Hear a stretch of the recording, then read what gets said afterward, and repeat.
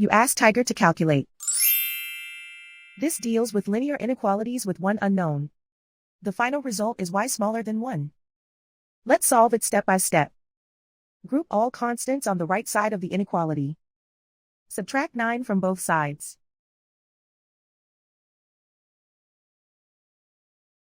Simplify the arithmetic.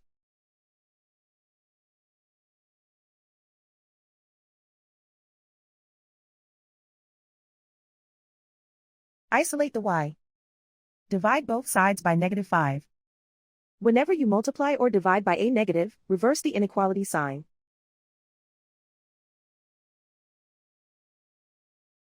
Cancel out the negatives.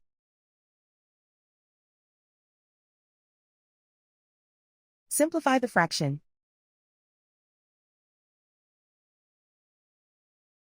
Cancel out the negatives.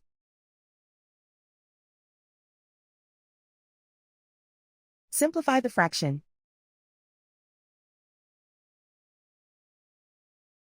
Plot the solution on a coordinate grid.